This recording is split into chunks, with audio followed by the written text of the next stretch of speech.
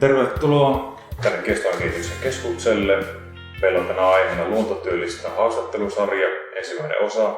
Tänään meillä on vieraan Ari-Pekka Auvinen. Tervetuloa. Yes. Ja aiheena verinen laidunnus sekä erilaiset ympäristöbiotoopit. Oliko tämä nyt oikein? Oliko ne perinneinlaidunnusbiotoopit? Perinnebiotoopit. Perinnebiotoopit. Joo, se on hyvä, että meillä on haastateltavaa, koska niin haastattelija on itse vähän hukassa. Elikkä lähdetään siitä liikkeelle, että esittelisitkö nopeasti itsesi, työkuvasi ja miten ajauduit näihin työtehtäviin? Tämä on aika tämmönen, miten se sanoisi, en ollut itse koskaan kuullutkaan tämmöistä työtä olisi olemassakaan. No mä oon ehkä semmonen ympäristö- ja luonnonsuojelualan sekatyöläinen.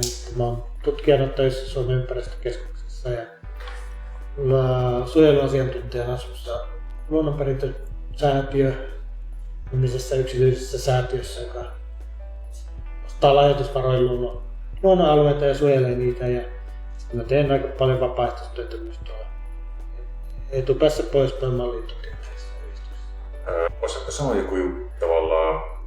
joku käännekohta elämässä tai tälleen joku, miten se sanoisi, joku liikkeelle laittava voima, mikä niinku tavallaan herätti sinut, että tämä on se mun juttu. Esimerkiksi tämä lintuihin liittyvä asia. No linnut varmaan tuli mun vanhempien kesämökiltä Siikajoen Merikylän laajalta. Vanhemmat oli opettajia, niin oli pitkät kesälomat ja siellä itse asiassa ihan Suomen parhaita lintupaikkoja siinä lähellä. Siikajoen Tauvo muun muassa. Sitten tämä suojelupuoli sitten tuli Enon kanssa yhteisiltä metsäretkiltä silloin joskus semmoisena alun toistakymmentävuotiaana kun kuljettiin ja siellä varsinkin sitten siitä, että silloin vielä 80-luvun lopulla oli siellä Siikalatvan seudulla hienoja vanhoja kuusikoita, mutta sitten ne yksi kerralla vähän sieltä hävisi metsätalous eteen ja niin ne oli monesti aika karmeita kokemuksia. Hienot luontopaikat katos. Eikö tämä ole valittava yleinen trendi? Kyllä, joo. Ja sitten tämä metsätalous tietenkin alkoi tehostua heti jo sotien jälkeen, mutta kyllä sitten silloin sitten 90-luvun alussa ja siitä niin kyllä se on ollut entistä tehokkaampaa vaan ja sitten tavallaan on niin metsäautotieverkko levinnyt ja joka paikkaan, eli ne viimeiset kirjat on sitten saatu niin talouskäytön piiriin. Kyllä se vastaa läpi Suomen niemen sitä tilaa.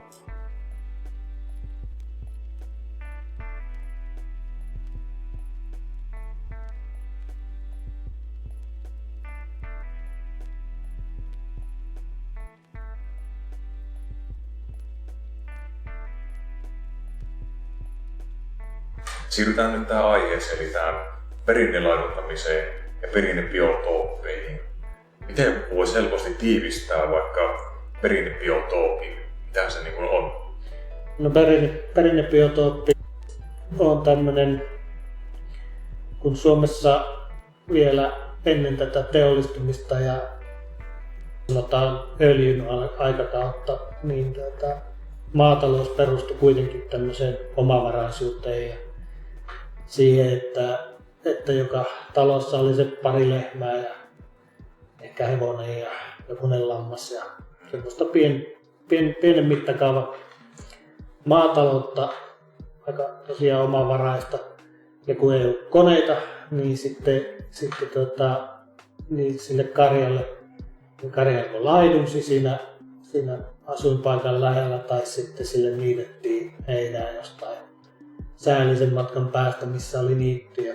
Ja tämmöinen niittytalous oli se tapa, millä elettiin. Ja kun sitä jatkuu kuitenkin Suomessakin käytännössä satojen vuosien ajan, niin paljon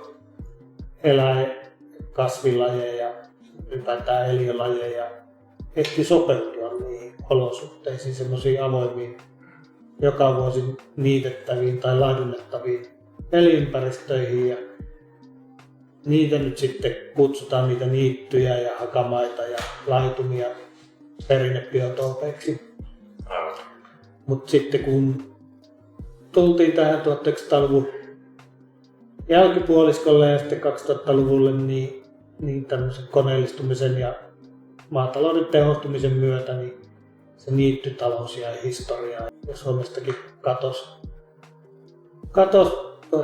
valtava määrä niittyjä, joita ennen rakennettiin ja hoidettiin. Niin sitä tavallaan, mikä ennen oli sen maatalouden ydin, niin millä ei enää ole sillain niin tämä nykyinen tehokkaampi maatalous enää niin pohjaudu, niin sitä kutsutaan perinnebiotoopiksi. Niitä ympäristöjä.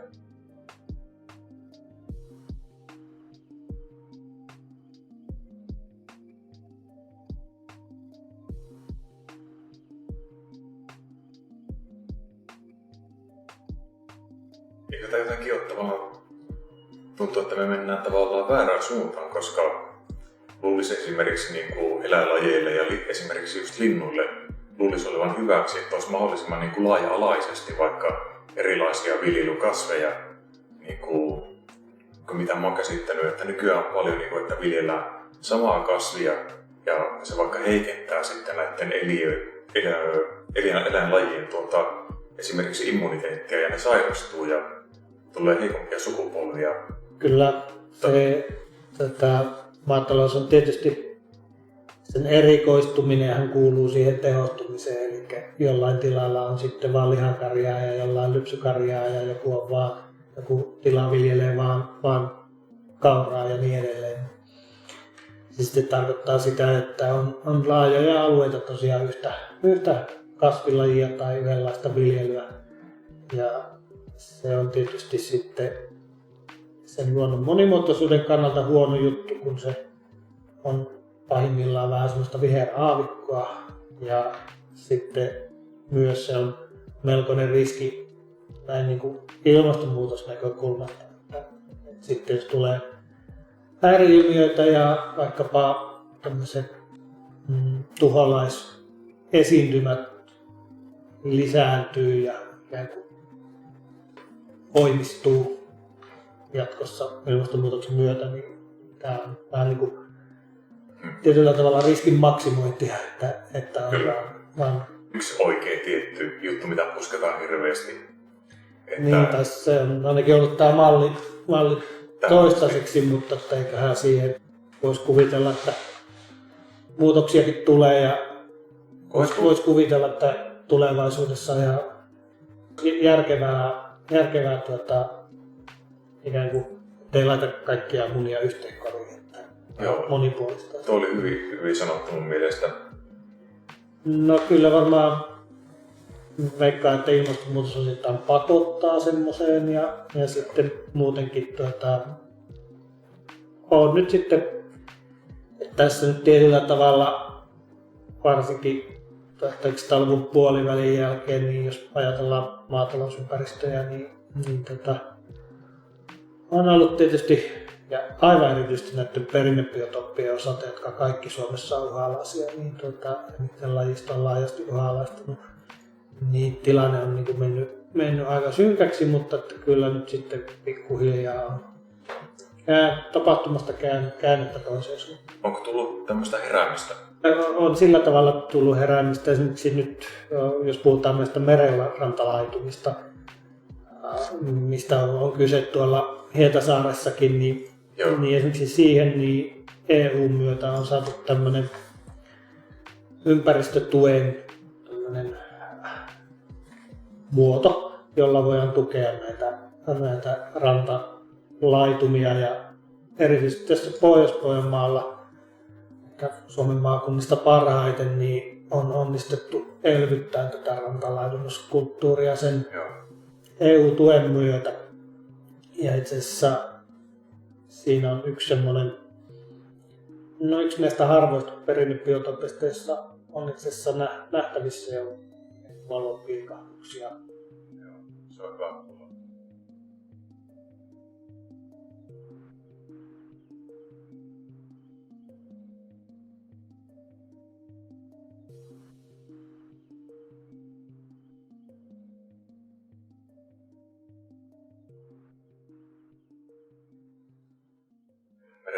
laidunnus on ilmeisesti, varsinkin tällä Pohjois-Pohjanmaalla, hyvä tapa harjoittaa tätä.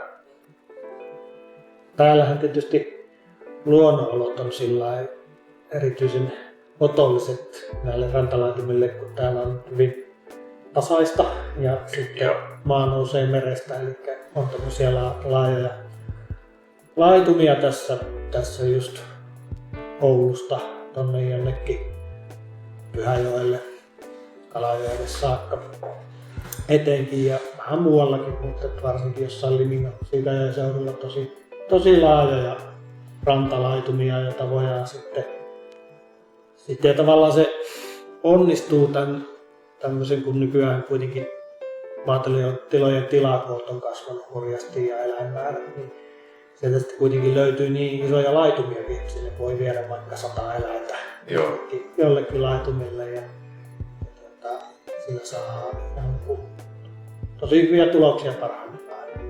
Joo, mä en tiedä, onko sä itse käynyt täällä meidän kestävän kehityksen keskuksen Hietasaaren täällä spotilla? Olen käynyt jo. Nyt itse asiassa en ole sattunut käymään ja nyt pitäisi mennä silloin, kun siellä on eläimet paikalla, eli lampaat, mutta olen käynyt kiertämässä niitä rajoja joskus ja katsomassa, että miten se kannattaisi järjestää. Sehän on tosi niin kun se on tässä kaupungissa, niin mukava paikka ja voisin kuvitella, että se on aika lailla kaupunkilaisten suosiossa, kun siellä niitä lampaita sitten on ja se pysyy se rantaniitty avoimena. Juuri tätä mä mietin, että ei pitäisi sitä pelkästään vaan tämmöisenä, että se on vaan pelkästään tämä perinbiotooppi, vaan se on myös jonkinlainen vaikka virkistystoimintaan liittyvä asia. Tämmöinen, että vanhemmat tulee näyttää vaikka lapsille urbaaneille penskoille, että katsokaa, että minkälaista täällä on ja plus täällä on lampaat, niitä mä itsekin menin kattoo sinne reilisti sanottuna. Joo, tästä puhutaan ihan maailmanlaajuisesti nykyään paljon, eli nyt on menossa itse asiassa tällä hetkellä juuri niin YK:n biodiversiteettisopimuksen neuvottelut, jossa tämmöisiä kysymyksiä mietitään maailmanlaajuisesti ja fakta on tietysti se, että taitaa olla jo koko maapallon väestöstäkin suuri osa elää kaupungeissa ja taajamissa ja Suomessa varsinkin jo. Kaupungeissakin taitaa olla yli 80% ihmisistä, eli silloin tämähän tarkoittaa sitä, että ihmisten se jokapäiväinen luontokosketus tai kosketus luontoon tapahtuu kaupunkien puistoissa ja vierailuilla. Ja Hietasaari Oulussa niin on tämmöinen ihan keskeisimpiä lähivirkistysalueita. Ja silloin sitten just mainitsin kaupunkilaislapset, niin mun mielestä se on niinku erityinen bonus siinä, että sitten pääsee näkemään eläimiä ja sitten tämmöistä perinteistä luonnonarvoja tukevaa maataloutta, mitä ei kaupungissa muuten näe.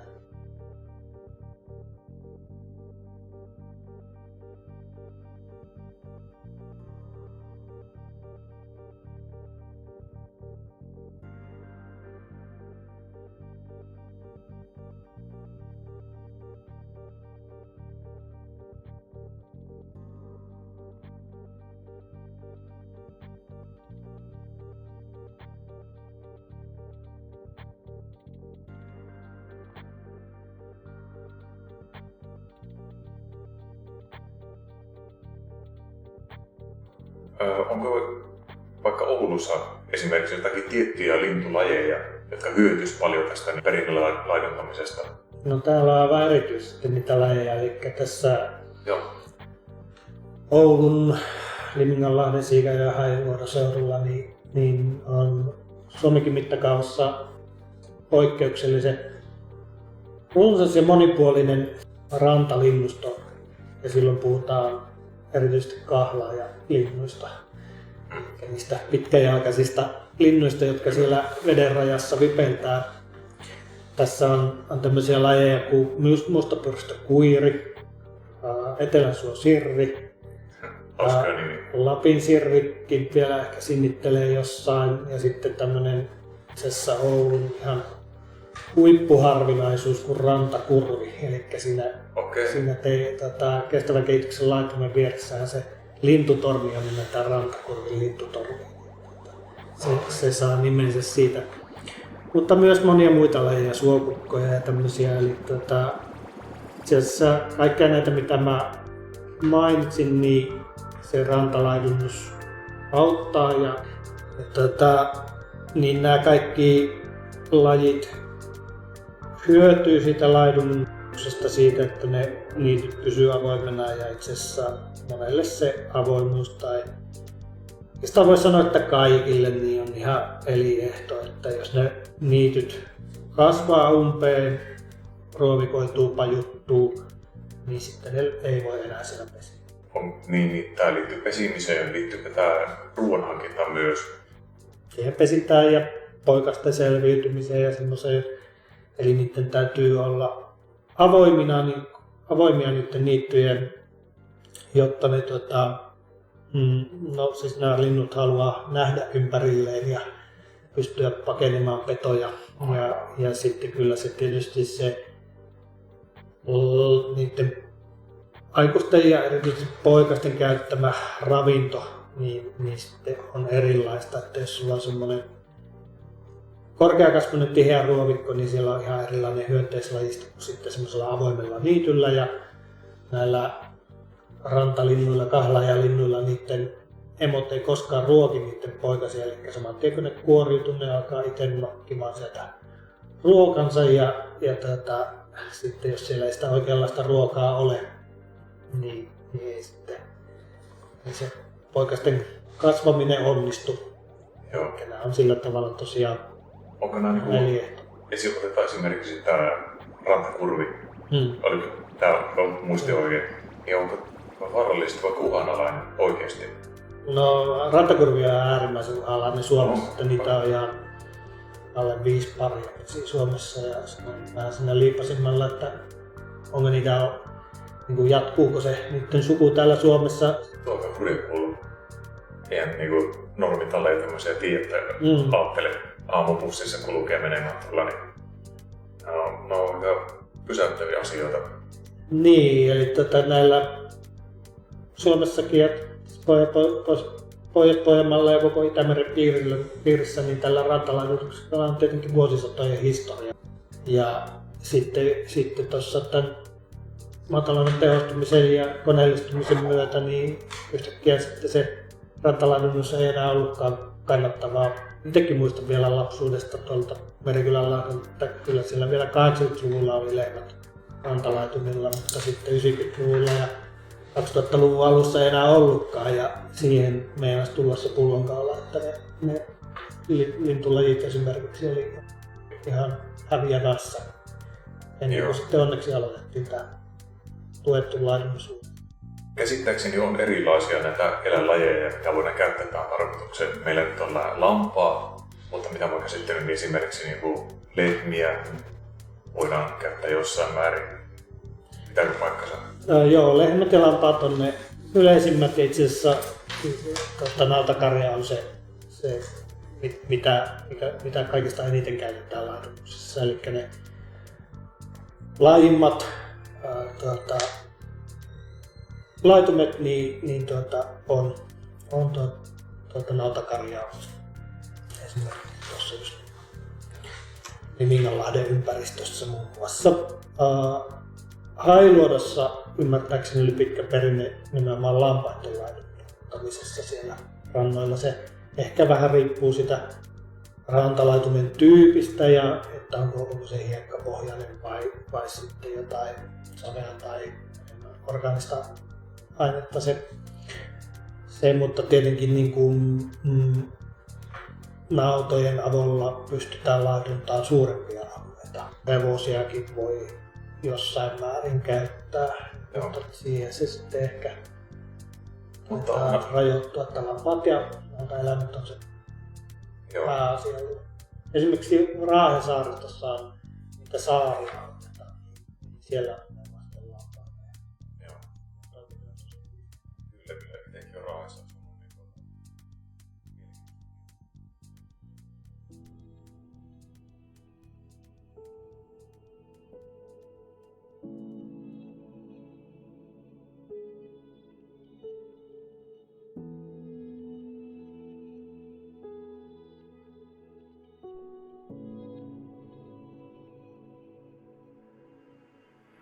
Heitetään tämä viimeinen vielä, että mitä suosittelet asiasta kiinnostuneille, miten auttaa, miten tukea tätä perinnelaittamista? No nykyään siis niin tämä perinnelaiduntuksen tuki on valtaosin suunnattu tietysti aktiivisille maatiloille, eli maanviljelijät voi sitä hakea, mutta nykyisin voi hakea myös erilaiset yhdistykset. Ja niin kuin tässä teidän tapauksessa tämä kestävän kehityksen keskus, ja siihen voi niin kuin rantaniittyjen hoitotalkoisiin voi saada tukea. Ja nyt on valtiolla tämä Helmi elinympäristöohjelma. Itsekin on itse asiassa järjestämässä reilun viikon päästä Puolangalle semmoisia joenvarsin hoitotalkoita, eli siihen voi saa sitten tukea semmoiseen, että lähtee ihan talkoilla järjestää sitä. Ja sitten tietysti pikkuhiljaa alkaa tulla markkinoille semmoisia tuotteita, että esimerkiksi, itse olen kasvissyöjä, mutta että moni ei ole, niin on mahdollista ostaa niittylihaa, eli siis semmoisen eläimen lihaa, joka on laiduntanut siellä rantaniityllä vapaana, ja on se tietenkin ihan eri juttu kuin jossain pihatossa elämänsä viettäneen eläimen lihaa, eli sekä sen eläimen hyvinvoinnin kannalta että myös sitten sen ympäristövaikutus. Vaikka se eläin nyt päätyykin sitten ruuaksi, niin joka on tietyllä tavalla ihan inhimillistä myös, niin nämä ihmiset on tehnyt aina. Mutta tällä tavalla saataisiin varmaan niin kuin mielekäs elämää sille eläimelle, tai ainakin 1000 kertaa mielekkäämpi kuin mikä tämä normaali prosessi saattaisi olla. Hyvässä tapauksessa tosiaan saadaan 2 hyvää asiaa kerralla, eli siinä kun sitten se eläin laiduntaa, niin se samalla hoitaa sitä perinnebiotopia ja näin ollen niin luo elinolosuhteita itse asiassa hyvin suurelle joukolle lajeja. Eli lintujen lisäksi näillä niityillä, rantalaitumilla, kaikenlaisilla perinnebiotopeilla, niillä on todella rikas kasvilajista ja hyönteislajista.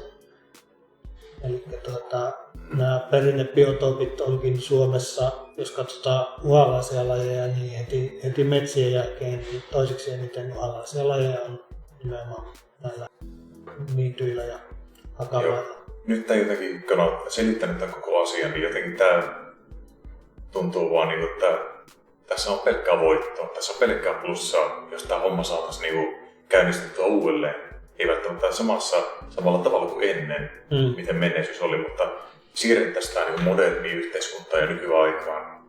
Kyllä on se jonkun verran onnistunutkin, ja tosiaan aika vähän on keksittävissä mitään haittapuolia. Jossain tapauksessa on kuullut sitä, että jos on niin kuin iso nautakarjalaiduntaa jotain rantaniittyä, niin että se voisi vaikuttaa siihen veden laatuun, että kun nehän myös sitten ulostaa sinne rantaveteen, mutta siitä on kai jotain selvityksiä ollut ja en oikein tiedä, että minkälaisia ne tulokset on, mutta se on ehkä ainoita haittapuolia, mitä voisi kuvitella. Tai mistä minä tiedän, mutta joka tapauksessa se laidunnus myös perustuu siihen, että ne eläimet, kun ne laiduntaa siellä, kasvaa, eli ne sitoo itseensä ravinteita sieltä rantaniityltä ja tietenkin niiden niin kuin metabolia, eli lämmöntuotanto ja se peruseläminen niin kuluttaa energiaa, eli ne siirtää sitä ravinteita pois sieltä rantaniityltä, jolloin ne ei myöskään, niin kuin rehevöityminen on iso ongelma. Kyllä.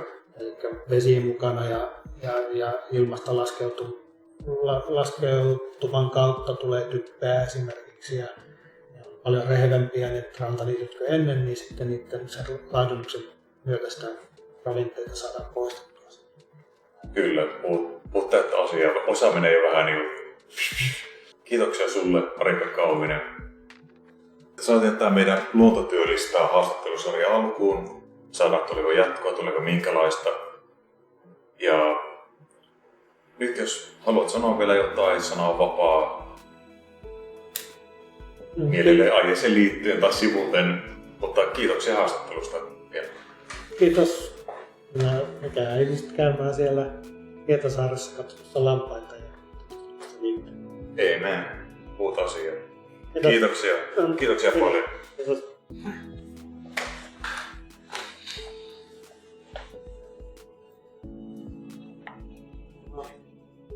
Selvä. Siellä olisi varmaan kahvia tuolla ja sitten on tuolla noita viinereitä. On siitä. Mä pysyn verensokerit kuitenkin. Antaa ihminen, ei ole kahvia ja sitten on